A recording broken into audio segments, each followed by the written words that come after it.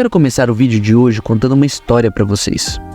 Seu João, que nasceu e morou por muitos anos no sítio de seus pais, começou a fumar copiando seu pai, já com 15 anos de idade, pois na época era chique. Trabalhou muito durante a vida e teve pouco tempo para se cuidar e fazer atividade física. Tinha uma vida estressante, comia errado, era obeso e com tudo isso já com 40 anos descobriu que estava com diabetes. O tempo passou, seu João achava que era invencível e continuava não se cuidando. Glicose descompensada e logo veio a hipertensão. Hoje, sentiu uma forte dor no peito pela manhã. Correu para a UPA e adivinha, infarto. Triste, né? Essa história ela é mais comum do que se imagina. Mas pois é, eu vim hoje te contar tudo sobre o infarto e principalmente como reduzir suas chances de ter um evento. Como reconhecer essa dor cardíaca e muito mais. Vamos lá? Depois da vinheta.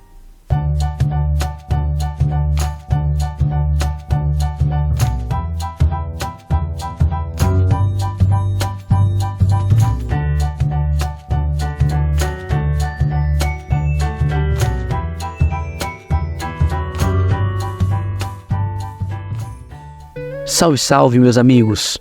Todo mundo já sentiu uma dor no peito e ficou preocupado achando que poderia ser um infarto. Pois é, o infarto de fato é uma doença muito grave e devemos conhecer melhor sobre ela.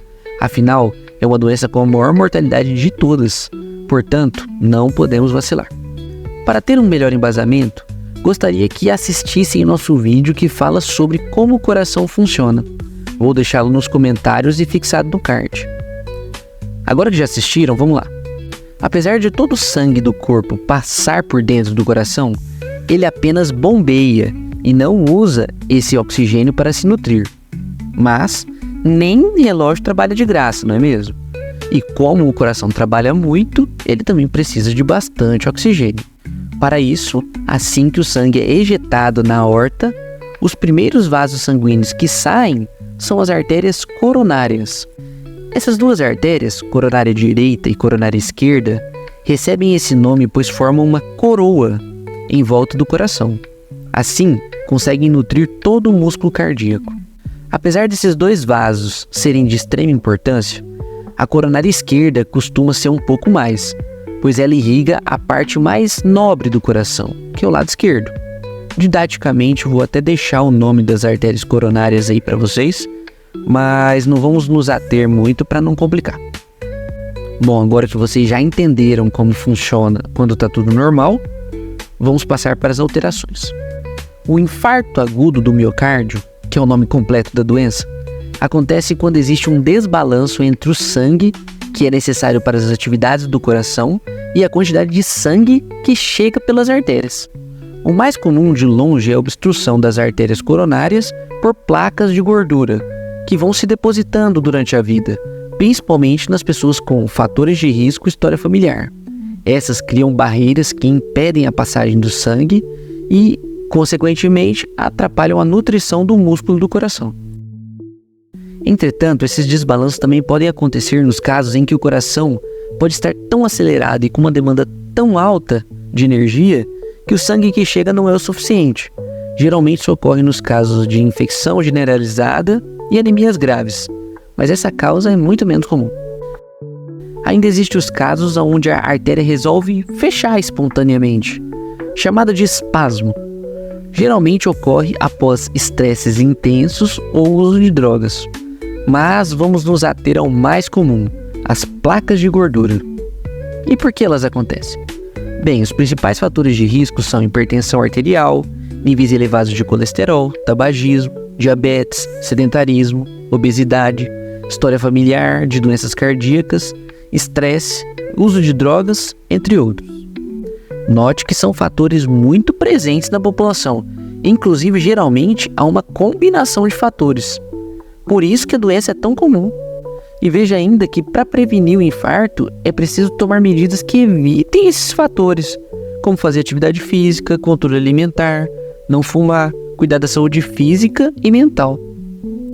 Mas voltando, todos esses fatores citados levam ao acúmulo de gordura nas artérias durante a vida que vão gradualmente obstruindo o fluxo de sangue que passa por elas, até que um dia ou elas obstruem de vez, ou uma dessas placas se rompe, liberando gordura de dentro dela.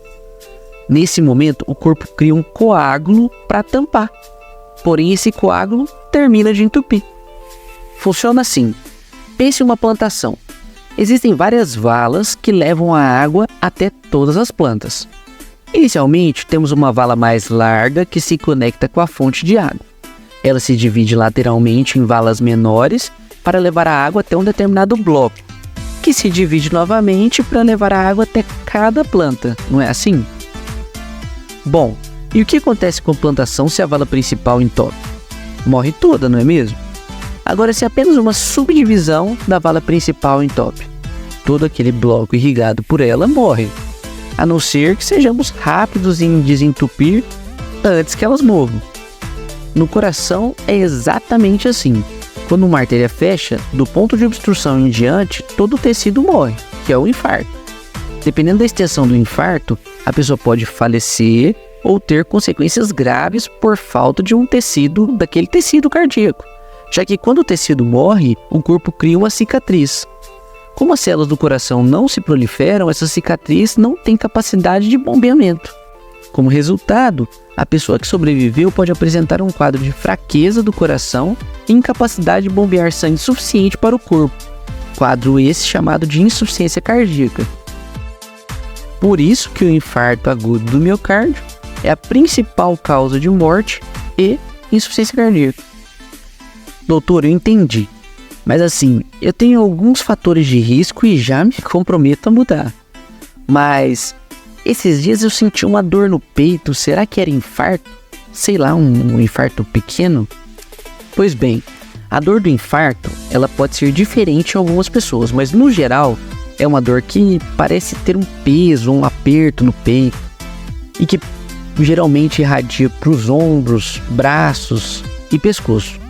Geralmente vem acompanhada de sudorese, que é o suor excessivo, náuseas, vômitos e falta de ar. Outra coisa, a maioria das pessoas antes de infartar vem sentindo sintomas em menor intensidade, geralmente quando fazem alguma atividade mais intensa, e que ao interromper por alguns minutos, apresenta melhora da dor ou da falta de ar. Isso ocorre porque, como eu expliquei, a dor acontece por um desbalanço entre as demandas do coração e a oferta de sangue e oxigênio. Ora, quando fazemos um esforço, nosso coração acelera para fornecer energia para o corpo. Só que ele aumenta o consumo e precisa mais de oxigênio. Devido ao entupimento, a oferta é limitada, fazendo com que esse músculo sofra, levando à dor e à falta de ar. Ao parar o esforço, ele volta a bater tranquilo e o pouco de sangue que passa volta a ser suficiente. Portanto, a dor do infarto tem essa característica. No geral, ela começa após um esforço, só que agora ela não melhora igual anteriormente, quando estava em repouso, já que entupiu de vez. E o que fazer? Bom, se os sintomas têm essa característica, você deve imediatamente procurar um pronto atendimento, já que quanto mais tempo a artéria estiver fechada, mais músculo estará sofrendo e poderá morrer. Assim como o exemplo das plantas que eu citei, lembra? Lá os médicos darão os remédios para tentar abrir um caminho novamente, mesmo que discreto, até poder organizar uma solução definitiva, que pode ser stent ou cirurgia. Além dos medicamentos, é claro. Isso falaremos em um outro vídeo, combinado? Bom, por hoje é só. Espero que tenha ajudado vocês a conhecer melhor sobre essa doença tão grave. Por isso eu conto com vocês para ajudar a propagar essas informações e salvar vidas. Não se esqueçam de deixar o like e se inscrever no canal. Até mais!